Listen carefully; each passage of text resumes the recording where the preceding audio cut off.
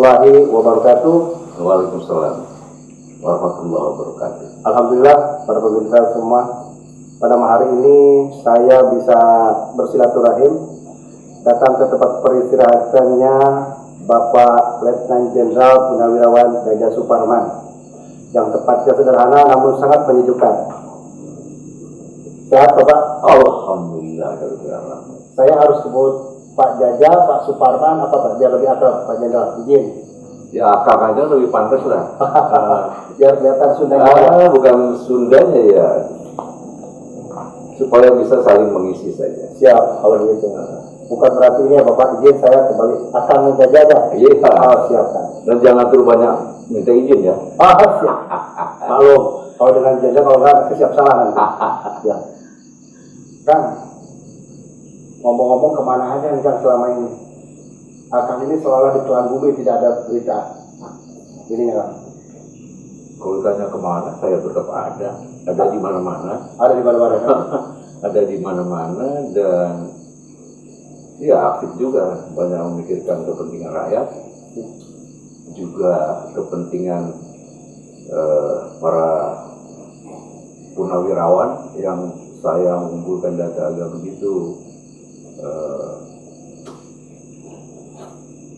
disayangkan lah dengan kondisi sebagai purnawirawan kurang perhatian.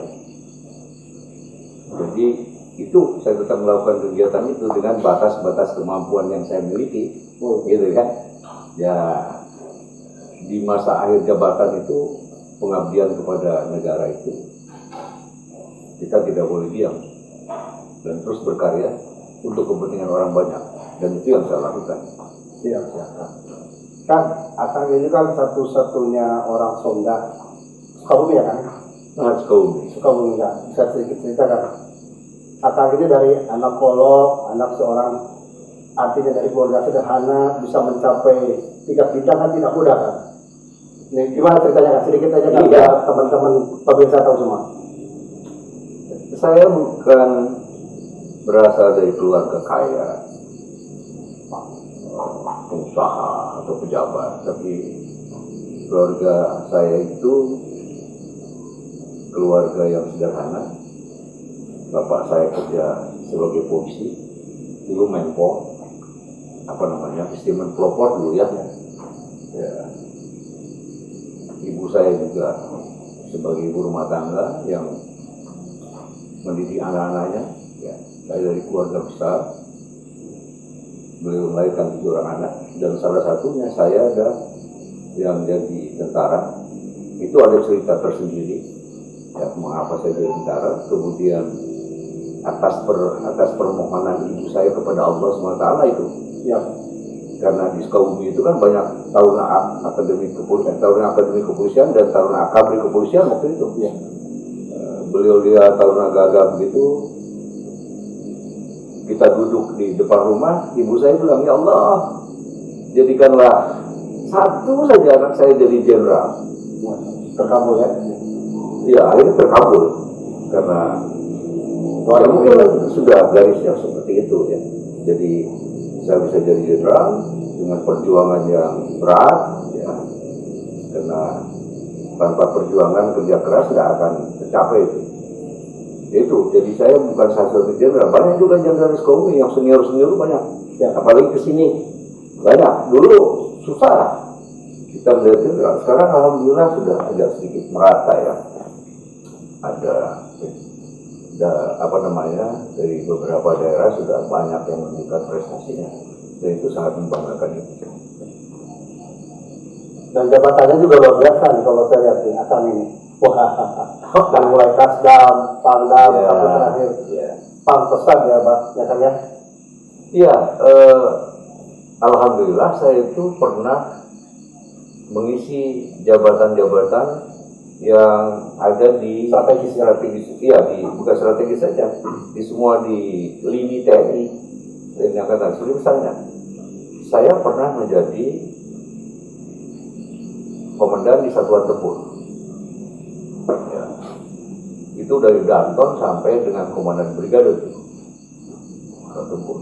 Kemudian saya pernah menjadi pelatih dosen di pusat infanteri untuk mendidik calon-calon perwira khusus kecabangan sampai hampir 5 tahun saya di sana.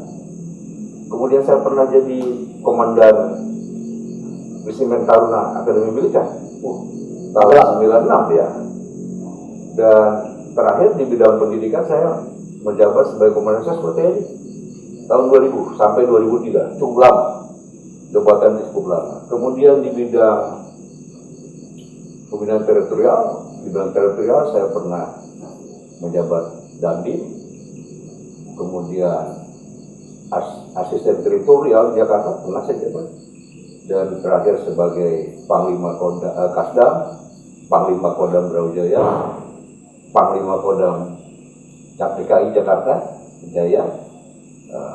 Itu teritorialnya saya sudah lakukan, dan yang paling membanggakan saya diberi kesempatan untuk memimpin Komando Cadangan Strategis Kostrad Angkatan Darat, dan hampir semua lini itu. Dan yang terakhir saya pernah diberi kesempatan untuk berada dalam lingkungan Inspektorat Jenderal TNI yang bertugas untuk melaksanakan pengawasan, pemeriksaan, administrasi, operasional, pendidikan, keuangan. Saya hampir semua lini itu sudah saya dalami dan membuahkan satu melengkapi saya untuk pemikiran-pemikiran ke depan tentang berbagai hal yang menyangkut kepentingan orang banyak. Jadi alhamdulillah dari situ memberikan saya wawasan, pengetahuan, dan kemampuan untuk berbicara dan mencari solusi sesuai bidang yang ada. Luar biasa nih, karir Kang Jaja ini luar biasa, artinya tidak sangat mudah untuk disampaikan. Namun saya lihat nih Kang, tahun 97, 98, 99 itu kan pas itu reformasi kan bergejolak nih Kang. Sedikit cerita kan kira-kira akan pada saat itu 97 masih di Brawijaya. Iya, pada jabatan tingkat Panglima saya berada pada jabatan sebagai Pangdam Brawijaya, kemudian Pangdam Jaya 97 sampai 99, dan tahun 2000 saya jadi Pangkostrat. Itu menghadapi tugas yang sangat berat tentang apa yang terjadi pada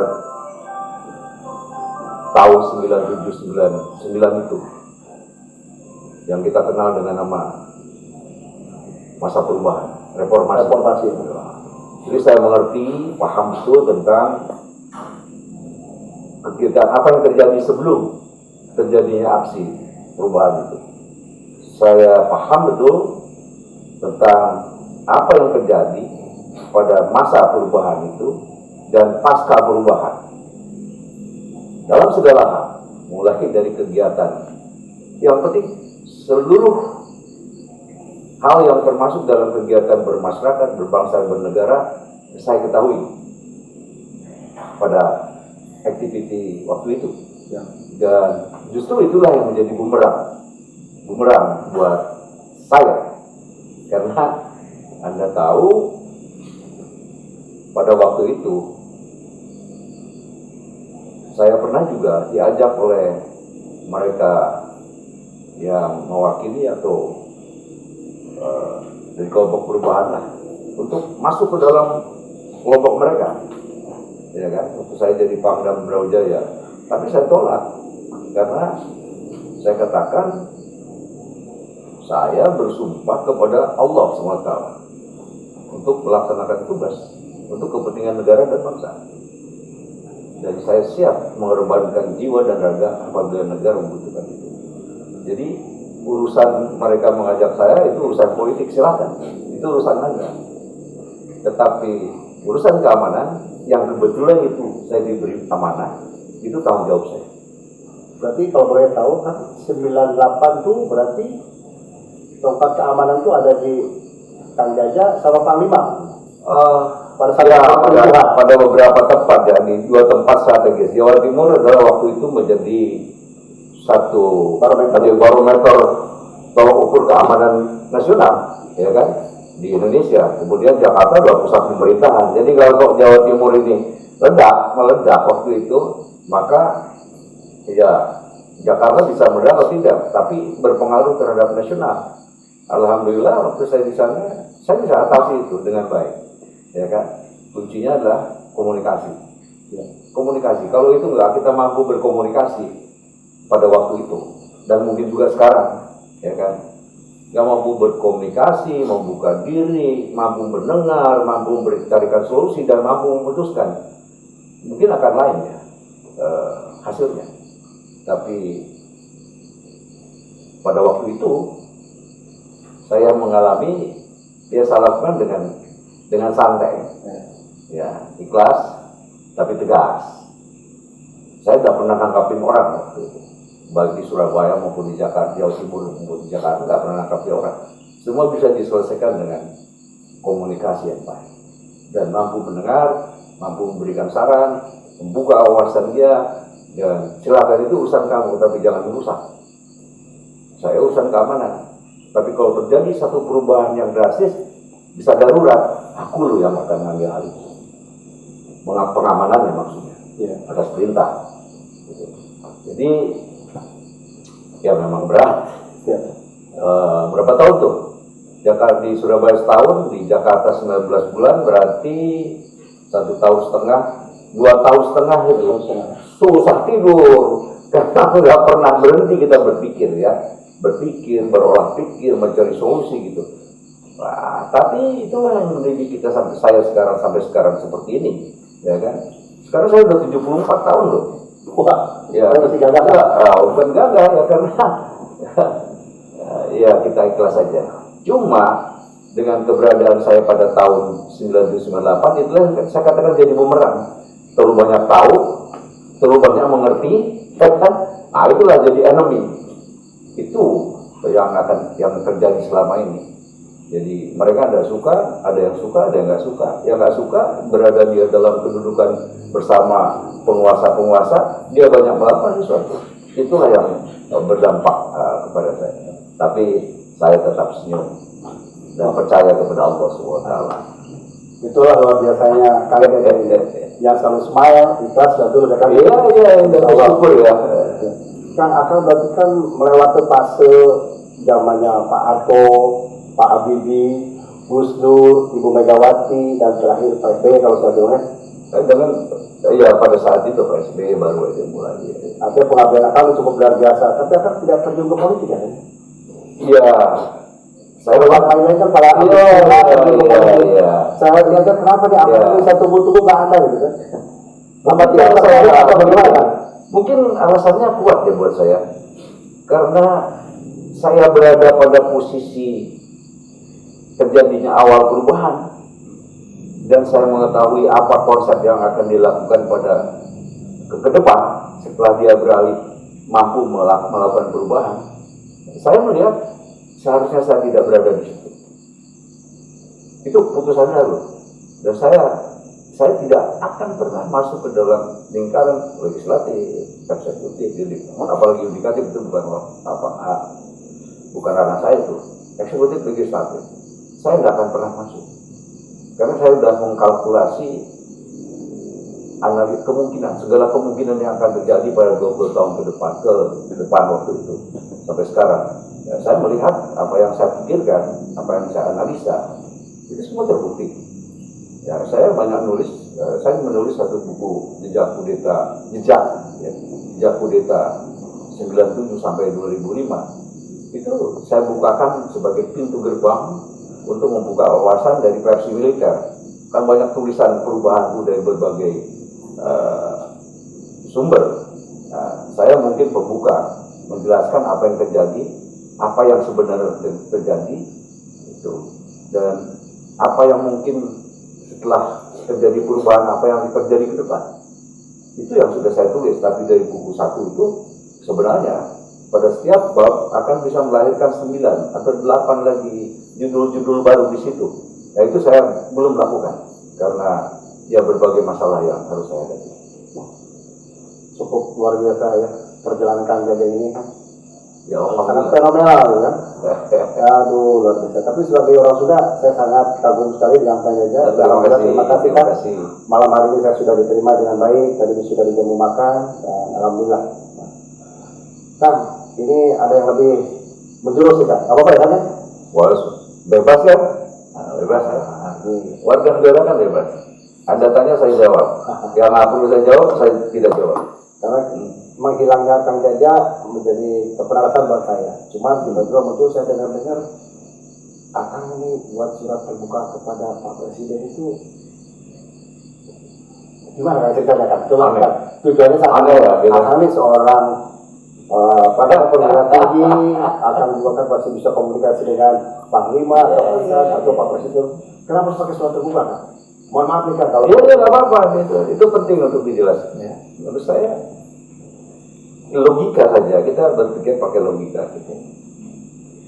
Kalau air mengalir dari hulu ke hilir melewati satu saluran yang bersih, ya kan, itu akan keluarnya lancar loh. betul. Nyampainya kemana lancar gitu. Logikanya seperti itu.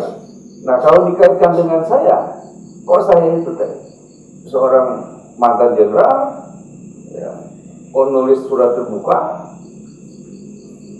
kenapa tidak lewat ini, lewat itu, lewat ini? Kang, saya ini sudah melakukan itu semua dari sejak 2015. Saya sudah berkirim surat ke DPR, MPR, Komisi 3, Komisi 1, ya kan? Ketua DPD, kepada Mahkamah Agung, kepada Presiden, kepada Panglima TNI, kepada Kasat, gitu kan? Kepada Komnas HAM, saya kirim surat. Kenapa saya Komnas HAM? Dalam konteks laporan ini, karena adanya pelanggaran hukum dan pelanggaran hak asasi manusia berat menurut pendapat saya terhadap saya. Walaupun saya ketawa-ketawa begini, wah, itu sangat-sangat sangat-sangat berat kalau orang tidak mampu untuk mengatasinya. Tapi Allah itu tidak akan pernah memberikan ujian dan cobaan kepada orang yang tidak mampu mengatasi. Artinya akan pasti mampu ya kan? Insya Allah pasti di balik itu adalah ada sesuatu yang lebih baik menurut Allah. Itu saya yakin. Nah, itu yang saya lakukan. Artinya kenapa tadi? Ya karena saluran tersumbat. Padahal kita bukan mau berontak kok, bukan mau melawan kok, enggak. Ya kan?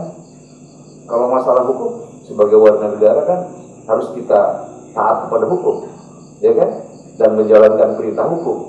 Tapi yang menjadi masalah adalah si pembuat manusia menjalankan perintah hukum itu berlaku secara tidak sadar dia melakukan suatu kesalahan, pelanggaran.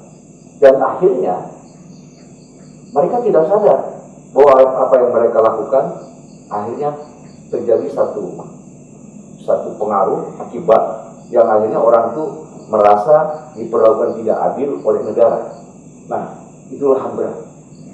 Karena mereka melakukan kegiatan-kegiatan itu untuk melepas tangan, membuat sesuatu, memutuskan, lepas tangan, dan melakukan pembiaran. Dan dia tidak pikirkan akibat dari perbuatan itu. Itu yang saya laporkan di situ. Kenapa seorang sosok kandidat Supar tadi sangat begitu ditakuti sehingga ada suatu tugas yang sangat begitu panjang dan tidak ada finish yang jelas gitu kan? Sebenarnya saya bukan orang yang ditakuti.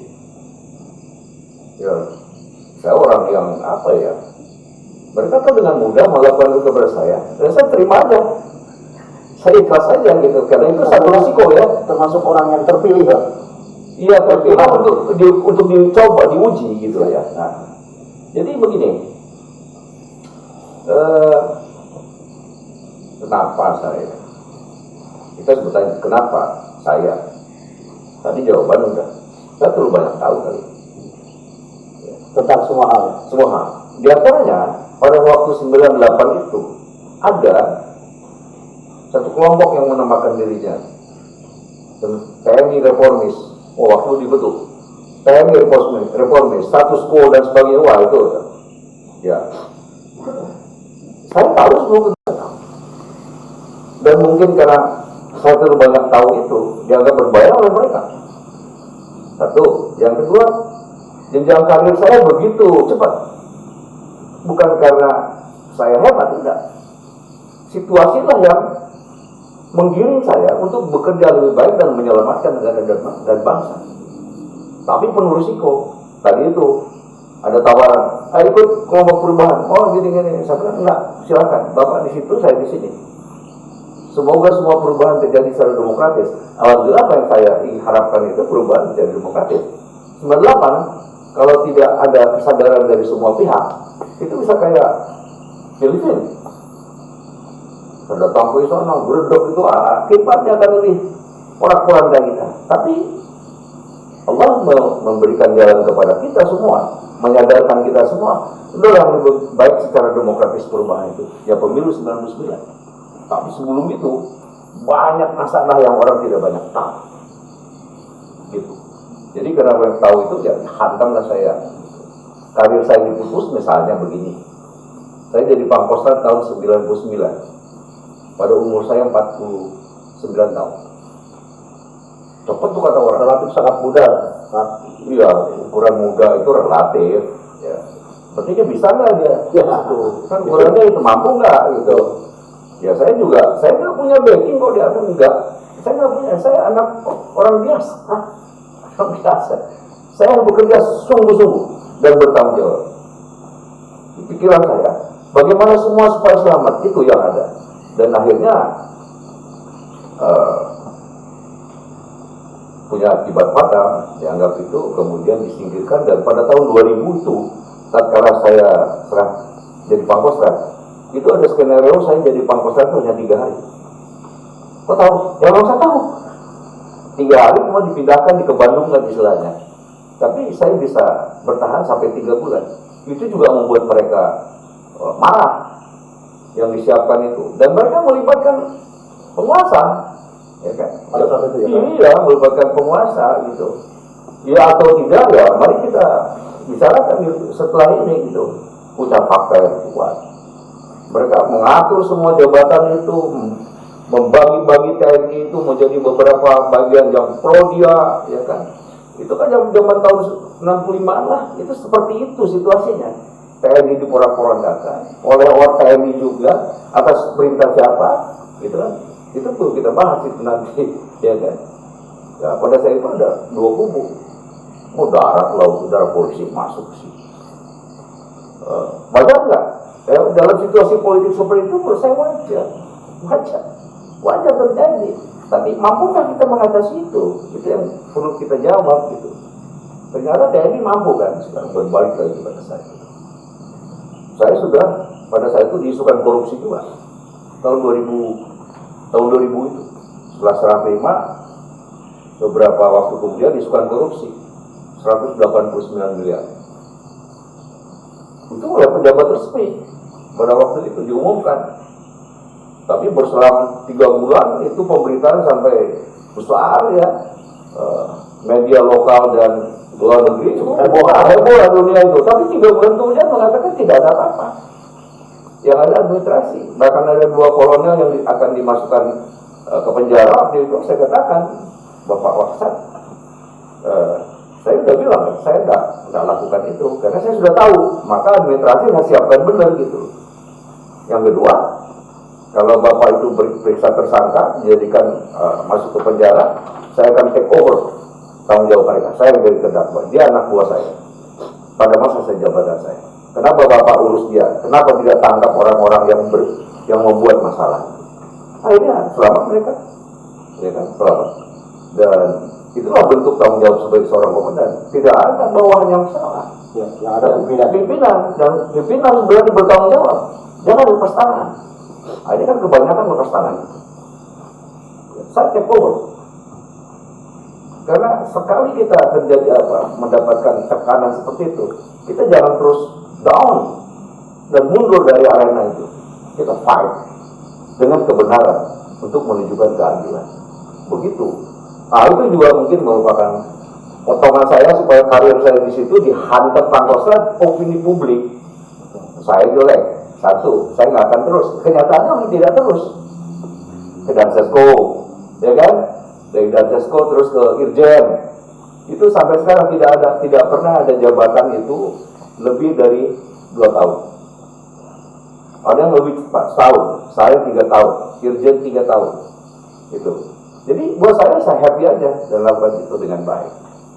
Gitu. Nah, sampai sekarang ini muncul lagi ini sebenarnya merupakan bagian dari isu yang akan dikembangkan oleh mereka pada tahun-tahun 2000-an itu. Karena untuk memotong itu. Nah, sekarang isu baru ini menghambat saya setelah pensiun 6 bulan dimunculkan isu korupsi di apa itu? Di proyek pembangunan jalan tol yang direncanakan pemerintah, yaitu dari ruas Walau sampai Juanda, masa pemerintahan tahun 2005-2009 begitu, ya. Dan itulah yang membuat saya sampai sekarang apa sih sebenarnya itu. Tapi saya sadar ini untuk menghentikan gerak saya, karir saya, opini publik saya, opini negatif yang dikembangkan di kalangan masyarakat, kemudian supaya tidak eksis dalam kehidupan bermasyarakat, berbangsa, dan bernegara. Tapi saya bilang, I don't care, ya kan? Saya punya Allah kok. Artinya semua ini ada grand design yang sudah sangat terstruktur dan sistematis kalau bahasa sekarang. Iya, seperti itulah. Makanya saya selalu ketawa, happy terus sampai sekarang. Sebenarnya mereka mengharapkan bahwa saya ini dari 2006 sampai 2008 hanya diopinikan gitu, bahwa saya korupsi di masa jabatan Pangdam Brawijaya dengan merislah tanah yang ukurannya 100 kali 882 meter untuk jalan tol yang sudah disiapkan oleh pemerintah provinsi itu sejak tahun 86. Dan itu saya duduk korupsi itu dengan kerugian 17, sekian miliar melalui opini yang dikembangkan yang adanya surat laporan masyarakat ke DPR Komisi 1, kemudian dalam rapat kerja dengan Kasat itu dijelaskan, jadilah opini publik kan. Wah, saya dikejar oleh majalah Tempo, ini saya bingung saya. Ini apa masalahnya? Tapi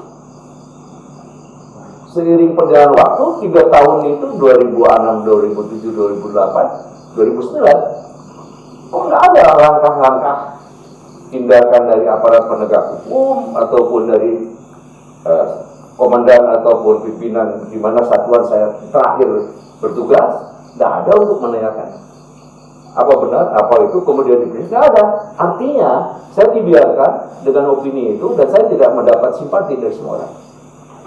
Nah, 2009 saya mulai diperiksa. Jadinya sangat panjang dong, Bang. Ya itu saya bilang, makanya ada skenario itu. Kok dibiarin kalau benar-benar aku nggak benar itu tangkap aja gitu. Betul. Bintang 3 kok melakukan itu, kok harus pakai skenario? Gentle aja. Panggil gue, gitu kasarnya kata orang Betawi. Panggil lu bener gak lo, gitu. Gue jelasin gitu, kasarnya gitu. Tapi enggak, ini pengecut soal menurut saya, ya kan? Dan akhirnya saya diperiksa di Puspom. Dia mengatakan kata kasar, Pak, Bang, Abang ya saya mohon dengan hormat untuk bisa menjalankan pemeriksaan oleh POM di rumah aja.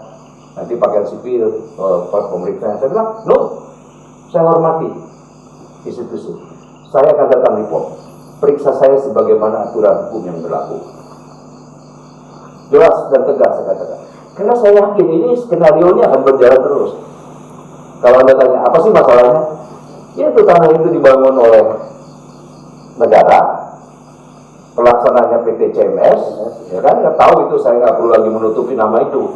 CMS tahun 2006 sampai 2009, kemudian diperiksa oleh BPK tahun 2008. Kesimpulan BPK bahwa perlu dilakukan tindakan hukum kepada mantan Pangdam 5 Brawijaya 9798 karena telah merislah tanah seluas sekian kepada PT CNP dengan kerugian negara 13, sekian. Ya, betul.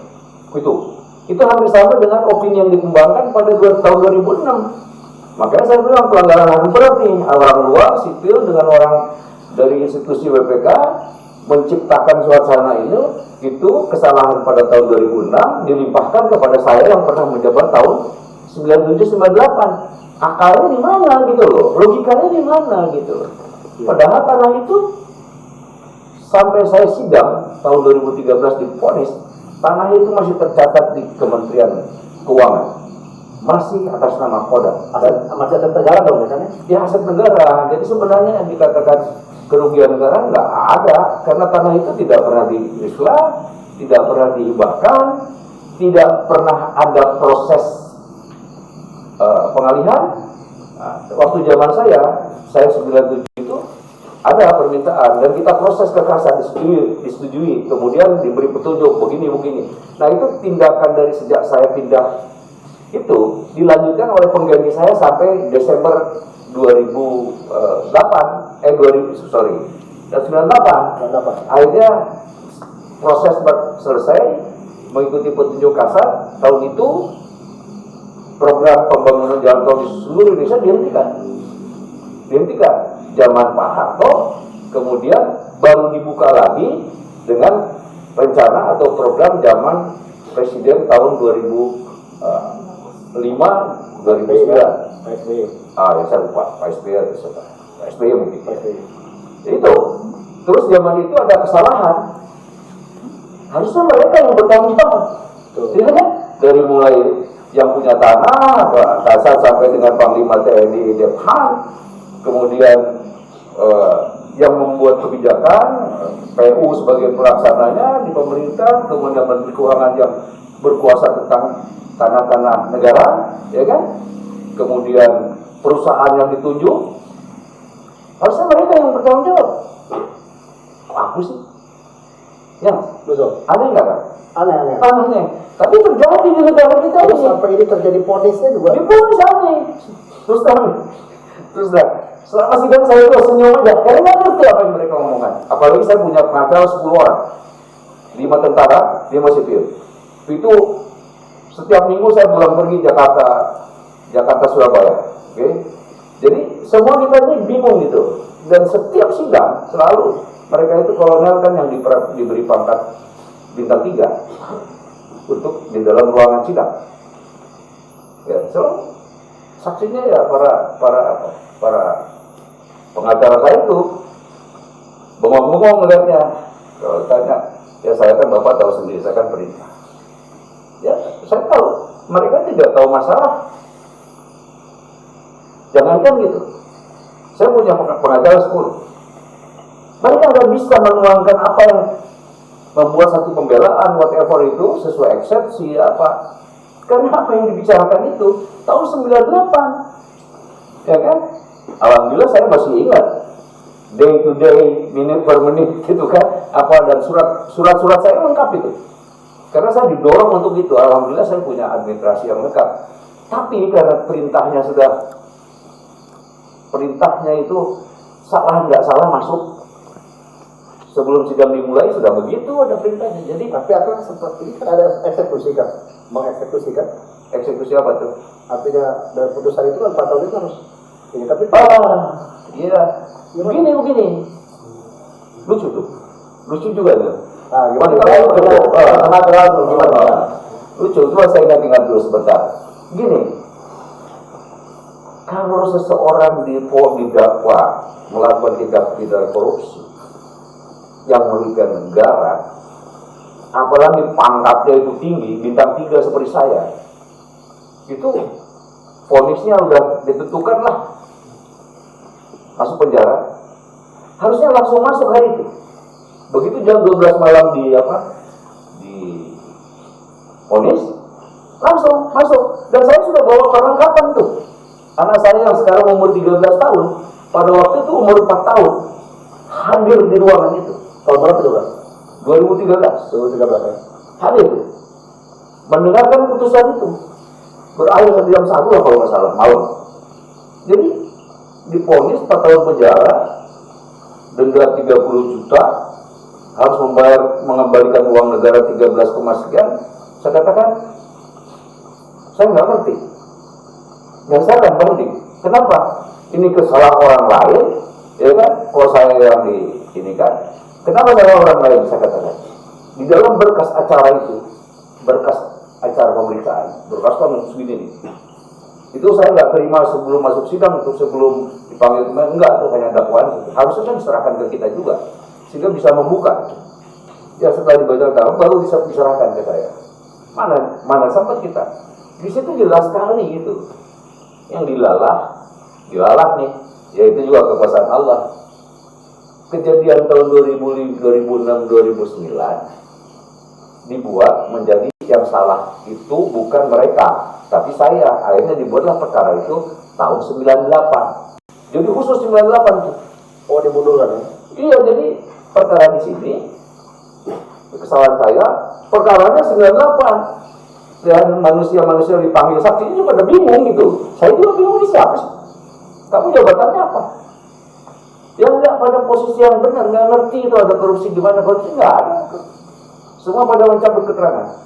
Terus saya katanya terima uang dari orang Senat yang mengatakan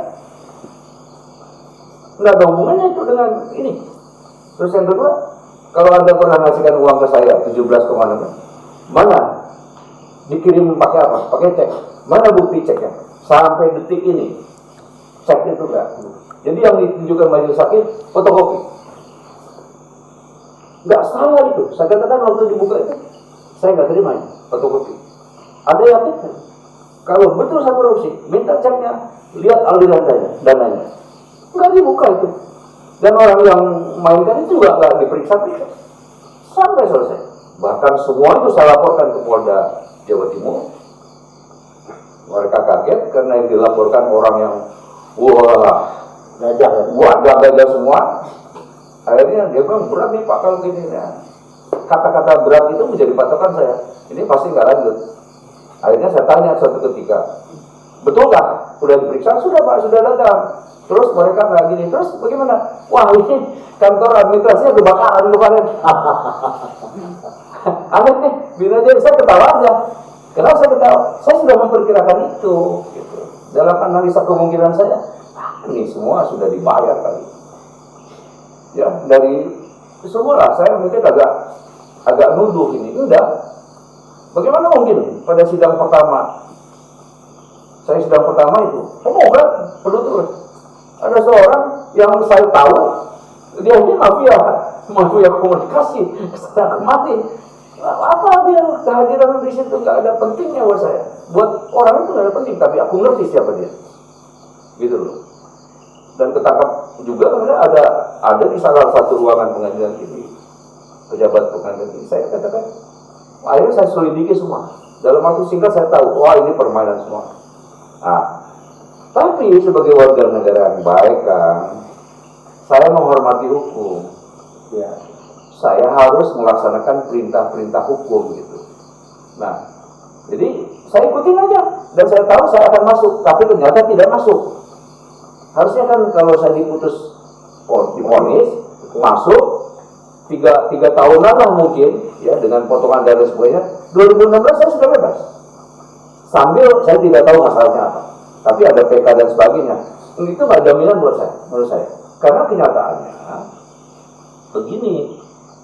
Saya pikir ini gak masuk ya. Banyak kolonel di situ yang dari hukum itu kan. Bang, ini nggak benar nih. Abang siap aja perang berlalu. Perang berlalu itu apa? Jangka panjang gitu. Akan menghadapi ini jangka panjang nih. Oh iya deh, saya bilang. Saya udah tahu kok. Ini saya diminta diharapkan mati berdiri sambil menunggu kepastian hukum. Ternyata benar gitu. Pada saat putusan MA itu datang, itu saya minta telepon ke Kepala Auditorat Militer 3 Surabaya. Saya bilang saya akan datang ke pengadilan untuk menerima putusan MA itu. Kata dia, kepala ini pangkatnya kolonel waktu itu, kalau sekarang jenderal, brigjen. Bang, itu dia pejabat tahun 2015-2016 lah, saya nggak tahu berapa tahun lah. Katakan, bang nggak usah ambil ke sana. Dan saya tidak akan pernah eksekusi putusan. Loh, Anda melanggar hukum, biarkan saya yang menyelamatkan pimpinan saya. Saya lebih baik melepas satu orang yang tidak bersalah. Artinya yang loyalitas besar terhadap Akang juga masih Nah, itu bukan loyalitas kepada Akang.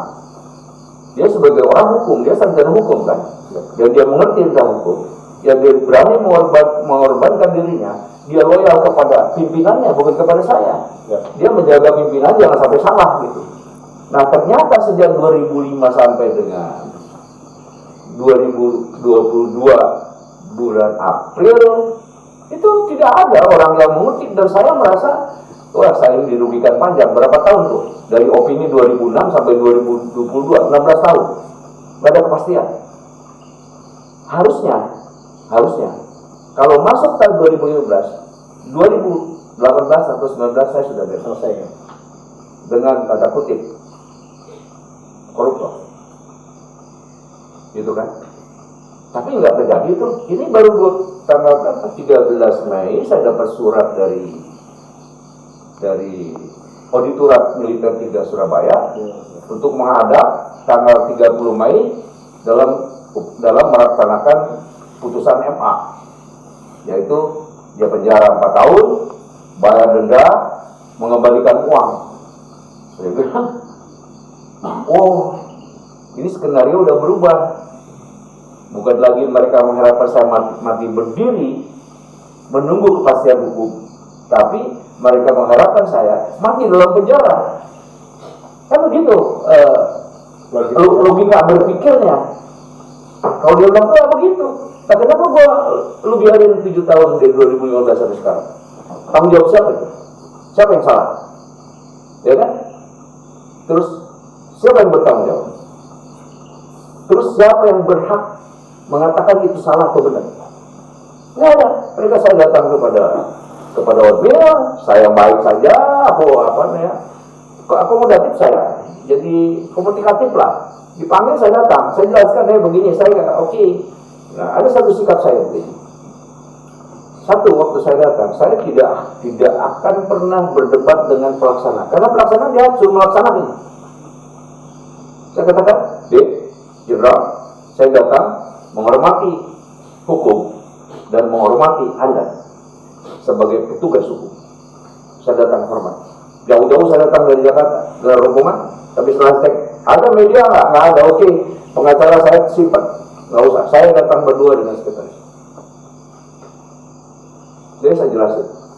Begini sebenarnya, tapi saya sebagai prajurit sejati, saya menghormati. Sebagai warga negara yang sama kedudukan di dalam hukum, saya menghadap Anda, saya katakan, apa mau Anda? Harus melaksanakan, Pak. Oke, terjadilah di situ dialog. Kalau melaksanakan gimana, kalau PK gimana, berapa lama, ya semua ketentuan didiskusikan panjang. Sementara yang nyuruh dia, saya nggak tahu siapa. Itu ngejar terus kapan dieksekusi. Ya. Tapi saya datang dengan baik-baik kan, dan saya katakan, oke, walaupun saya tetap menolak putusan Majelis Pengadilan waktu itu tahun 2013. Pertama, itu bukan salah saya. Yang kedua, saya mungkin tidak akan pernah mengganti kerugian, mengembalikan uang, karena saya nggak pernah terima uang itu. Buktinya juga gak ada. Hitungannya dari mana? Ini katanya dari BPK. Staf ahli BPK yang menjadi saksi di pengadilan.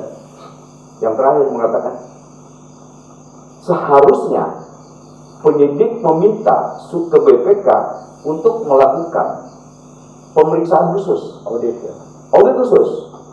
Ada itu aturannya. Di situ akan melahirkan LHP-PKN, laporan hasil pemeriksaan PKN, pemeriksaan kerugian negara, ya kan? Jadi laporan tentang kerugian negara. Itu dihitung di situ, dan itulah menjadi keputusan majelis untuk itu. Kalau yang 13, sekian, saya nggak ngerti hitungan dari mana, hitungan hakim atau penyidik atau hitungan siapa. Itu. Jadi saya katakan aneh bin ajaib itu. Sementara auditor apa penuntut bila tidak bisa membuktikan, mana ceknya. Ini ada penerimaan uang, siapa yang buat itu dirobah-robah, aslinya tulisan tangan terus diketik. terus bukti-bukti banyak hilang. Terus penyidik bilang nih, dan mau menjadikan Pak, saya berat nih kasus Bapak ini. Saya dikejar-kejar terus dengan telepon nih katanya. Kapan jadi tersangka, kapan jadi tersangka. Saya Pak Dek, dari mana itu? Saya ketawa. Jalannya tugas semula, yang baik. Aku tidak akan melawan. Ayo ikutin aja. Saya punya Allah. Artinya dari 16 tahun itu kan yang waktu yang bukan sebentar kan, cukup lama. Artinya nasib Akang itu terombang ambing. Bukan terombang ambing. Saya di stop untuk bermasyarakat, berbangsa dan bernegara. Saya nggak bisa masuk ke sana kemarin. Pokoknya dia kayak koruptor. Bagi yang tidak suka, bagi yang suka, aja tidak sebagainya. Tapi Akang ada langkah komunikasi dengan pimpinan-pimpinan yang kemarin atau yang sekarang ini? Itu tadi yang saya katakan tadi. Kan ini Kang Jaja Suparman, Letnan Jenderal mantan Kostrat, ada penghargaan tersendiri kan? Gitu kan? Ya, saya ini punya Mahaputra Utama. Tahun 98 saya mendapatkan bintang Mahaputra Utama, penghargaan negara tertinggi. Masa negara tidak melihat itu gitu? Ya kalau mereka itu Pak, kalau mereka yang menurut pendapat saya nih dengan kondisi sekarang nih, saya bukan ngarang-ngarang. Ya mereka akan lihat. Pokoknya betul jalankan perintah hukum. MA, eksekusi. Pertanyaannya, saya sebagai warga negara dari dulu, dari sejak proses berlangsung nih, ingat nih, pemeriksaan sebagai tersangka sampai tahun 2012, berapa 3 tahun itu? Iya. 2009, 10, 11, 12, 3 tahun. Itu dibiarin tuh. Harusnya itu ada batas waktu. Saya udah ikuti semua. Kapan ini si penyidik menyerahkan kepada auditor militer? Kapan auditor militer membuat surat saran kepada Kasat untuk dilimpahkan ke pengadilan? Saya ada datanya. Bunyinya saya baca juga. Ada ditulis. Bapak Kasat, kasus Jenderal Suparman ini sudah dinyatakan siap untuk dilimpahkan ke pengadilan. Untuk itu dimohon kepada Bapak untuk menandatangani surat penyerahan perkara ke pengadilan dalam batas waktu 14 hari. Kalau lewat itu saya nggak tahu tuh. Saya juga bekas perwira penyerahan perkara, saya juga pernah melewati itu. Saya tahu persis apa yang harus dilakukan. Harus diserahkan, ditangani. Tapi kalau saya tidak setuju, saya dudukan dengan auditor, dengan penyidik, kita rapat di situ, kita putuskan bersama. Ada mekanisme yang diatur oleh aturan undang-undang dan peraturan Panglima TNI dan Kasat. Masa mereka nggak ngerti sih? Nah, lucunya 2011 saya dipanggil untuk menghadap Kasat. 2011 Kasat 2011 lah saya menghadap, tapi begitu dibatalin. One day saya mau naik pesawat ke salah satu tempat, ketemu dengan beliau, saya tanya, selamat siang Bapak, selamat sudah jadi Kasat. Kenapa Bapak kemarin membatalkan undangan saya ketemu Bapak? Jawabannya sederhana, wah Pak, siapa yang berani memasukkan abang ke penjara itu? Nggak benar itu. Kasat loh. Kenapa? Kasat ingin tahu. Ini ada aturan. Kalau itu purnawirawan TNI diduga melakukan tindak pidana dan diproses hukum, maka menurut peraturan itu angkum dan perwira penyerah perkara yang berhak melakukan penyidikan dan penyerahan itu adalah atasan terakhir di mana dia bertugas. Saya terakhir bertugas sebagai Inspektur Jenderal TNI, maka angkum saya, atasan yang berhak hukum dan menyerahkan perkara ke pengadilan adalah Panglima TNI dan tidak boleh dilimpahkan, diwakilkan kepada Kasat. Sekarang dia Kasat bertindak sebagai perwira penyerah perkara dan angkum. Itu sudah salah fatal, melanggar hukum. Apalagi pada saat ada saran untuk melimpahkan pengadilan, ditolak tidak apa-apain, dibiarin gitu. Seolah-olah ini urusan gampang gitu. Tapi udah melanggar hukum juga gitu.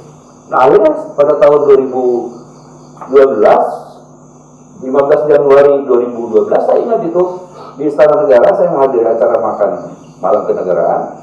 Host saya itu, yang jadi host di meja saya adalah Panglima TNI. Waktu itu 2012 saya menyampaikan bahwa Pak, saya minta tolonglah kepastian hukum saya.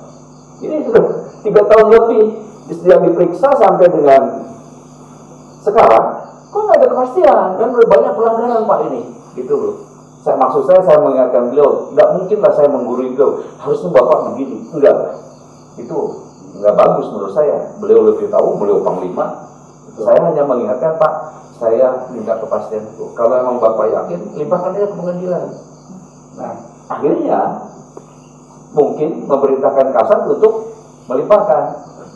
Akhirnya saya dilimpahkan ke pengadilan oleh Kasat tahun 2012. Ya, itu banyak liku-liku sih. Ya, itu. Jadi dilimpahkan dan terus diproses. Sampai dengan sekarang, artinya itulah pelanggaran hukum berat itu adalah seseorang dianiaya dengan aturan-aturan yang dilanggar oleh pejabat formal negara. Betul. Itu sehingga merugikan kepada saya. Saya dirugikan dari sejak pensiun, saya dirugikan sampai sekarang, ya kan? Sampai sekarang, mungkin sampai nanti masuk penjara. Nah, saya tambahkan nih soal panggilan untuk masuk ke pengadilan, ke penjara. Saya katakan, saya menolak semua. Tetapi sebagai warga negara yang baik dan taat kepada hukum, saya siap masuk penjara. Kapan waktunya? Ya bulan Juli saya siap. Karena banyak urusan yang harus saya atasi. Saya gentle hadapi karena saya sebagai warga negara yang baik. Gitu. Pertanyaannya, kalau aku baik, pejabat mana yang baik juga untuk memikirkan 7 tahun aku dibiarin, sekarang mau dieksekusi 4 tahun, yang 7 tahun dihitung dengan 4 tahun gimana plus minusnya, terus mau diapain? Jawabannya siapa? Bapak harus lakukan. Sederhana dia lakukan. Itu yang saya bilang pelanggaran hak asasi manusia berat tanpa ada riset. Makanya saya mencoba waktu itu, auditor bilang, Bapak mau permintaan Bapak apa? Satu, saya permintaan tempat. Udah akan sampaikan ya? Oh semua, dari detail saya. Gitu loh. Kalau nggak setuju, ya udah. Pilihannya sebagai patrioto, ya paling mati kita. Daripada mati di penjara, lebih baik mati melawan kebenaran. Nomor saya tunggu. Oh iya, saya nggak mau menjelekan institusi Pak. Saya menghormati. Gitu Kang, jadi di situ lucu, makanya saya buat seperti itu. Jadi Juli itu atau sudah menandatangani untuk mentaati eksekusi, siapkan sudah? Secara lisan sudah saya katakan, saya menolak semua itu. Apalagi saya mengembalikan uang, kan nggak dihitung dengan ketentuan hukum yang benar, ngarang. Tapi di kalimat berikutnya, tapi saya sebagai warga negara yang baik dan taat hukum, saya siap masuk penjara. Tidak berarti saya menerima putusan itu. Nah, kalau ditanya, Pak, ada upaya hukum lain nggak? Ada. Saya masih punya PK. Iya. PK itu saya simpen karena saya sudah tahu sejak dibuat putusan saya tidak masuk penjara. Ini permainan ini jangka panjang. Kalau sudah ada putusan BHT dari MA, kemudian saya PK, bodoh saya. Iya. Karena apa? Dia menginginkan panjang. Orang-orang itu masih tersebaran pada posisi-posisi itu. Percuma buat PK, karena satu-satunya untuk menyelamatkan, memperbaiki nama baik saya, itu hanya PK. Kalau minta grasi itu mengaku kesalahan dan minta ampun. Gitu. Itu saya belum lakukan. Pertanyaannya, Bapak bisa lakukan nggak? Saya bilang, mustahil bisa. Nggak bisa. Hasilnya maksud saya, hasilnya sesuai harapan enggak? Karena orang-orang itu masih ada di sana. Sekarang jadi hakim agung. Dengan gagah itu. Karena bisa masukkan saya ke Polri. Memang sudah desainnya sudah sangat sistematis ya. Desainnya sudah sistematis begitu. Saya juga punya rencana sudah untuk melawan itu, sudah sistematis juga dengan bantuan Allah loh ini. Iya. Semua karena Allah ya. Semua karena Allah, karena banyak pada usia 74, ya kan? Teman-teman Akang udah banyak yang sudah lewat gitu ya? Iya, dari 1.000 4 angkatan tuh sekarang sudah 300 400 udah 600 sudah Paswe ya. Alhamdulillah Akang udah sehat, pasti sehat. Sehat Tapi alhamdulillah. selama Akang pensiun itu kan kada artinya terkumpul tidak dari bermasyarakat berwarga negara gitu. Kegiatan Akangnya lebih spesifik apa bertanya itu apa kan? Iya, Apa ya? enggak juga sih kalau dikatakan tidak bermasyarakat saya bermasyarakat. Saya mengikuti banyak kegiatan. Malah mungkin pada saat 2015 tuh, 2015 saya dari Jakarta pindah ke sini. Saya pilih tempat yang sunyi karena saya harus merenung. Ini saya harus berbuat apa? Ya kan? Berbuat memulihkan nama baik pada situasi waktu itu. Kalau orang India bilang nih mahal waktu kali gitu ya. Cekurang Sunda manon cenah. Merek hasil lah gitu. Jadi gitu kan. Jadi nggak ada manfaatnya gitu. Jadi tapi saya berusaha membuat satu karya-karya untuk kepentingan bangsa, misalnya dalam memikirkan bagaimana bertani, agrobisnis, agroindustri, sehingga rakyat punya kemandirian dan Indonesia punya kemandirian pangan. Itu saya hitung sampai dengan angkanya juga, terus mekanismenya, terus caranya mengendalikan, terus siapa yang melaksanakan. Saya hanya ingin itu melaksanakan karena pelaku ekonomi kita ini 3 kan, 1 pemerintah, 2 pengusaha, 3 koperasi. Koperasi ini dalam konsep saya gerakan. Kemudian bagaimana mengelola ikan di laut dalam yang selama ini dicuri orang, terus peraturannya juga pada nggak jelas. Ya, saya membuat satu konsep kerjasama dengan Taiwan. Akhirnya terjadilah satu diskusi dan membuahkan satu buku rencana ke depan, gitu 10 tahun, 16 tahun ke depan. Itu karya-karya. Dan mungkin salahnya saya ini di 1 tahun terakhir saya aktif keluar daerah mengumpulkan petani untuk mereka bisa mandiri, ya kan, dengan bercocok tanam apapun. Kemudian kita menyiapkan pembeli dan mencarikan dana pinjamannya dan kita yang menjamin begitu. Dan akhirnya dalam 1 tahun dia bisa mandiri dengan modal sendiri. Itu ide-ide yang sudah saya implementasi. Tapi seiring berjalan waktu, ini Julinya harusnya saya mulai jalan sedikit demi sedikit. Tapi dengan perkara ini saya diputuskan, artinya saya tutup dulu sementara, gitu. Saya tutup dulu sementara. Ya, saya harus jalan ini Juli ini, ya saya ikutin lah apa maunya. Tapi dengan catatan. Halo, gitu kan pertanyaannya. Halo, kemana aja 7 tahun lo? Terus mau semaunya lo, gitu kan? Iya. Nggak ada omongan. Makanya saya minta waktu untuk nanya itu gimana nih? Gue masuk nih. Berapa lama? Lu udah buang waktu buat 7 tahun. Gitu kan begitu pertanyaannya. Kasarnya. Tapi cara ngomongnya nggak begitu kali. Baik-baik aja, gitu, sopan-sopan aja. Tapi intinya itu yang ditanyakan gitu. Oke, 7 tahun, 4 tahun, oke. 7 tahun yang lu biarin, bukan salah gue lu, gitu. Terus siapa yang bertanggung jawab? Itu yang saya masukkan dalam surat kepada Bapak Presiden. Karena saya salah itu enggak. Mudah-mudahan benar. Negara ini pasti ada yang mimpin gitu. Ya. Pasti ada yang berkuasa. Oke, Presiden sebagai kepala pemerintahan dia tidak bisa ikut campur dalam soal hukum, soal Bank Indonesia, soal apalah yang NNN itu. Pemerintahan tuh. Misalnya BP, tanah, BPN dan sebagainya, BIN. Itu harusnya, itu yang begitu-begitu di bawah kepala negara loh, menurut saya. Masa BNI berdiri sendiri, Presiden tidak bisa apa-apa. Ya kan, masa ya Pak, mau seenaknya hanya tim mereka, tidak bisa apa-apa Presiden. Presiden sebagai kepala negara itu punya kekuasaan menurut saya. Ya. Bukan untuk mempengaruhi, enggak banyak sebenarnya. Kalau nggak benar, luruskan. Itu menurut saya. Nah, makanya dengan penuh kebanggaan saya rasa hormat kepada Bapak Presiden. Saya ingin menunjukkan kepada masyarakat Indonesia, kita punya pemimpin kok.